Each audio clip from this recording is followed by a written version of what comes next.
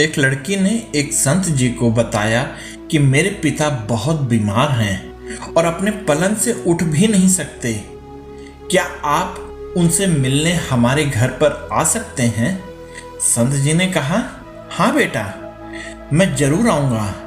संत जी जब उनसे मिलने उसके घर पर गए तो देखा कि एक बूढ़ा और बीमार आदमी पलंग पर दो तकियों पर सिर रखकर लेटा हुआ है, लेकिन एक खाली कुर्सी उसके पलंग के सामने पड़ी थी।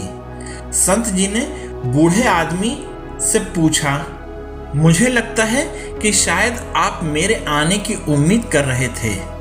उस वृद्ध आदमी ने कहा, जी नहीं, आप कौन हैं? संत ने अपना परिचय दिया और फिर कहा, मुझे ये खाली कुर्सी देखकर लगा कि आपको मेरे आने का आभास हो गया है। वो आदमी बोला, संत जी, अगर आपको बुरा न लगे तो कृपया कमरे का दरवाजा बंद कर दीजिए। संत जी को थोड़ी हैरानी तो हुई, फिर भी संत जी ने दरवाजा बंद कर दिया।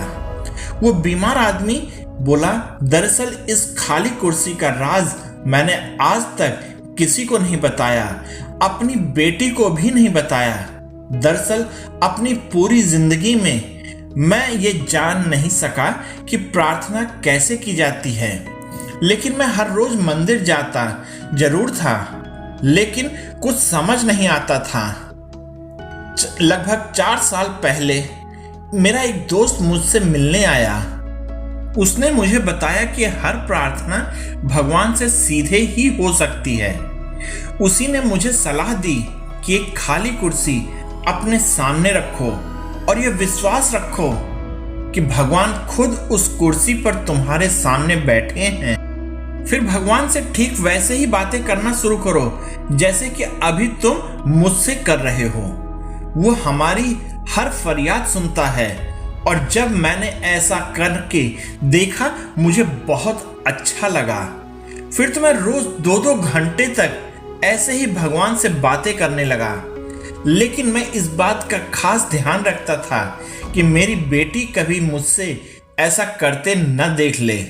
अगर वो देख लेती तो उसे लगता मैं पागल हो गया हूँ। ये सुनकर संत की आंखों में प्रेम और भाव से आंसू बहने लगे। संत जी ने उस बुजुर्ग से कहा, आप सबसे ऊंची भक्ति कर रहे हो। फिर उस बीमार आदमी के सिर पर हाथ रखा और कहा, अपनी सच्ची प्रेम भक्ति को जारी रखो।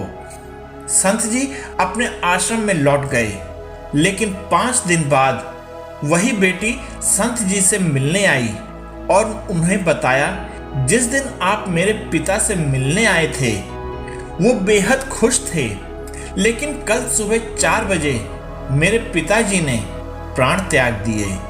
बेटी ने बताया कि मैं जब घर से अपने काम पर जा रही थी, उन्होंने मुझे बुलाया, माथा प्यार से चूमा। उनके चेहरे पर बहुत शांति थी, उनकी आंखें आंसुओं से भरी हुई थीं, लेकिन वापस लौटकर मैंने एक अजीब चीज भी देखी। वो ऐसी मुद्रा में अपने बिस्तर पर बैठे थे जैसे खाली कुर्सी पर उन्होंने किसी को गोद में अपना सिर रखा हुआ था, जबकि कुर्सी तो हमेशा की तरह खाली थी। संत जी, मेरे पिताजी ने खाली कुर्सी के आगे सिर क्यों झुका रखा था? बेटी से पिता का यह हाल सुनकर संत जी फूट फूट कर रोने लगे और मालिक के आगे फरियाद करने लगे, हे मालिक, मैं भी जब इस दुनिया से जाऊं तो ऐसे ही जाऊं, मुझ पर भी ऐसे ही कृपा करना। यदि हम सभी इसी तरह अपने इष्ट देव की गोद में बैठकर यहाँ से जाना चाहते हैं तो हर पल अपने इष्ट देव की हाजिरी को हर जगह महसूस करेंगे। एक दिन हमारी अवस्था भी जरूर बदलेगी। अगर आप लोगों को यह कहानी पसंद आई तो कृपया लाइक, शेयर और सब्सक्राइब कीजिएगा। साथ ही इस कहानी में आप मेरे साथ बने रहे, इसके लिए आप सबका हृदय से बहुत बहुत धन्यवाद और जय हिंद दोस्तों।